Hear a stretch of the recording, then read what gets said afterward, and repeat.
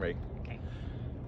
Hi everyone and welcome to this week's EBC video. We're in Scottsdale, Arizona at this gorgeous resort thinking about John 10 verses 11 through 18. Now, these are the verses where Jesus describes himself as the Good Shepherd.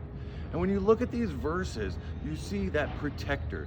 You see Jesus as the person who says, my sheep know me, I'm theirs and they're mine, and I protect them because they are mine. Then he goes on to say that when he gives up his life, it's by his own choice in order to save us. So you have that fantastic sense. He also talks about the fact that other people will pretend to be the shepherds.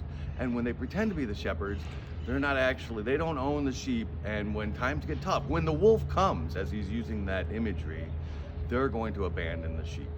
Now, Jesus as a protector is a fantastic way to be thinking about the Good Shepherd, right? And we need that in our lives. We need that opportunity when we know that we're in trouble, when we're struggling in whatever way it is, that Jesus is there.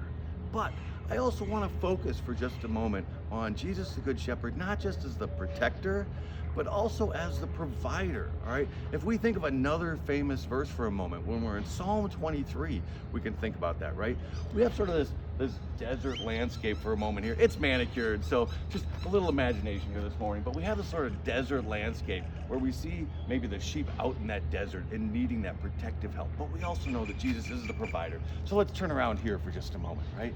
We've got this lush, almost palatial setting where we've got the beautiful flowers and there's a pool out behind me and so forth. And now mind you, when we're talking about Jesus as a provider, we're not talking about putting everyone in a resort in Arizona here, right?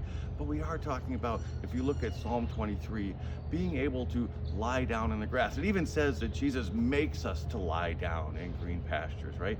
It says he leads us beside those still waters. He leads us on paths for his namesake. He's not just a shepherd who's going to fight away the wolf. He's a shepherd who's going to lead us where he'd like us to go. And our job is just to make sure that we're following along, because we know when we are following along, we're also enjoying the gifts that Jesus has given to us. Everyone, have a fantastic week.